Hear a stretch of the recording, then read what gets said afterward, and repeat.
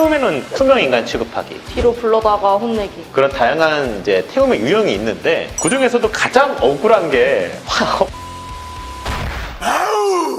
여러분들의 삼토리텔링을 전하는 토크쇼 감정 쓰레기통 MC 이병찬입니다. 오늘의 게스트 아주 귀한 분을 모셨습니다. 바로 만나볼게요. 게스트 나와주세요. 안녕하세요. 저는 지금 간호사로 근무하고 있는 유미입니다. 네, 반갑습니다.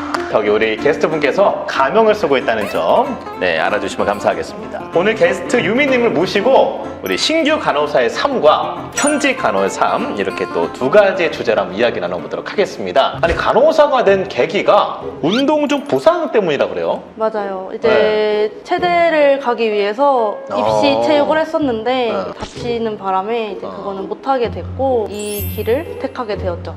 부상과 간호사가 된 거랑은 또 무슨 관련이 있는 거예요, 그러면? 당시 소아과를 입원했었는데 본인의 아이인 것처럼 간호하는 모습, 아이가 아프다 보니까 부모님도 예민한데 부모님까지 같이 케어해주는 그런 모습을 보고 이제 이런 간호사가 돼야겠다라는 생각을 갖게 되었죠.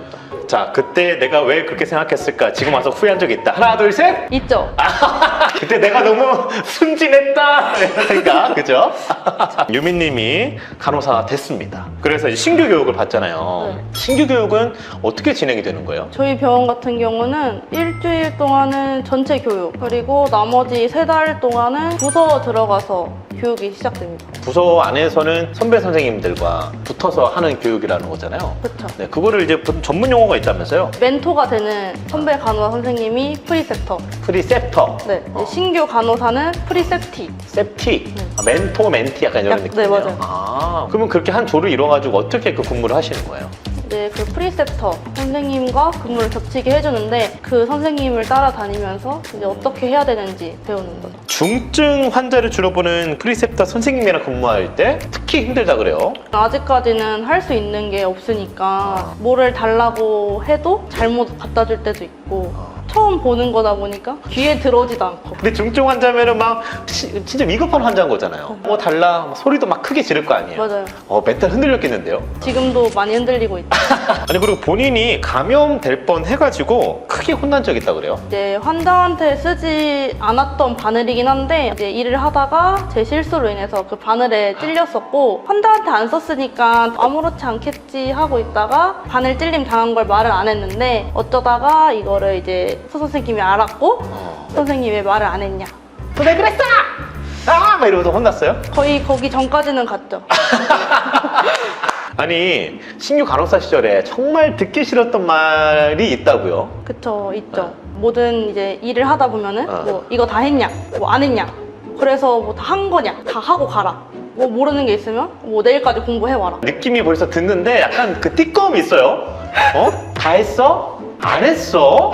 했다고 안 했다고 오늘 다 하고 가, 너 내일까지 공부하고 와, 나 이런 그쵸. 느낌? 그죠? 아니, 근데 이런 말이 나올 수밖에 없는 게 그 신규가 일을 다 못 끝내면 다 같이 퇴근을 못 한다 그러더라고요. 근데 이거는 간호 방법에 따라 좀 다른 것 같아서 간호 방법이 뭐 제가 알기로는 이제 팀 간호랑 펑셔널 간호, 네. 이렇게 두 가지 나눠지던데 팀 간호와 펑셔널 간호의 간단한 설명 좀 부탁드릴게요. 팀 간호는 만약에 본인이 맡고 있는 환자한테 약물도 줘야 되고 그거 관련해서 차팅도 올려놔야 되는데 이제 펑셔널 같은 경우는 차팅하는 선생님이 따로 있고 환자한테 약물을 주거나 이런 걸 하는 간호사를 나눠놓기 때문에 이제 이런 거를 나누는 방식이라고 하죠. 이게 어떤 경우에는 그냥 다 퇴근을 못 하는 거예요? 팀 간호 같은 경우는 본인이 해야 되는 일을 다 못했다. 그러면은 담당 간호사 한 사람은 못 가는 거고 펑셔널 같은 경우에는 차팅을 하는 선생님이 대부분 못 가죠. 다 그럼 퇴근을 전부 다 못하는 건 아니네요, 그러면. 그쵸. 자, 그래서 우리 신규 때는 인계 시간이 그렇게 막 무섭다 하더라고요. 맞나요? 인계도 이제 간호 방법에 따라 다른 것 같아요. 팀 간호는 정말 무서운 시간이고 펑셔널 간호 같은 경우는 차팅 선생님만 이제 좀 무서워지는 경우고 저는 펑셔널 간호를 하고 있기 때문에 인계 시간이 무섭진 않은데 이제 팀 간호를 하는 주변 선생님 얘기를 들어보면은 네. 그 선생님이 잘못한 부분을 다음 인계 듣고 있는 선생님이 자꾸 걸러내는 거예요. 자꾸 걸러놔서 연락하는 거예요. 너 이거 틀렸다, 틀렸다, 틀렸다 이렇게? 아직 퇴근을 안 했으면은 너 이거 고치고 가. 이제 퇴근을 만약에 했다. 근데 잘못된 걸 발견했다. 이제 전화를 하는 거죠. 이거 이렇게 됐는데 이게 맞냐? 어우, 태그래고도 살 떨리겠네요. 혹시 틀린 게 있나? 그쵸. 신규 간호사의 삶에 대해서 저희가 지금 인터뷰를 나누고 있잖아요. 그러면 이 얘기들 빼놓을 수가 없습니다. 태움 문화. 네, 간호사 굉장히 문제가 되고 있는 문화인데, 아니 태움이 무서운 이유 중 하나가 이게 언제 당할지 모르는 거라고요. 사건 사고는 언제 어디서 터질지 모르는 거잖아요. 그죠, 의료 현장에서. 그쵸.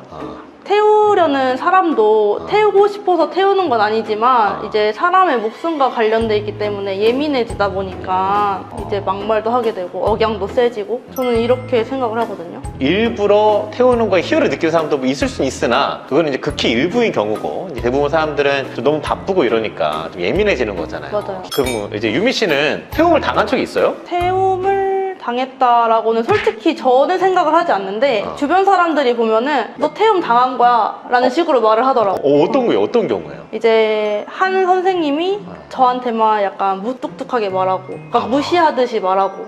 근데 저는 그런 거에 둔해서 그런지 데미지가 없는데 주변에서 보면은 태움 같아 보이니까 저를 좀 걱정을 해주죠. 태우려는 사람 더 열받겠는데요? 일부러 이렇게 하는데 데미지가 없어. 그 사람 더 열받게 하는 거거든요. 이제 이게 태운다고 해가지고 태워지는 사람을 이제 마른 장작, 마른 장작이 잘 타잖아요.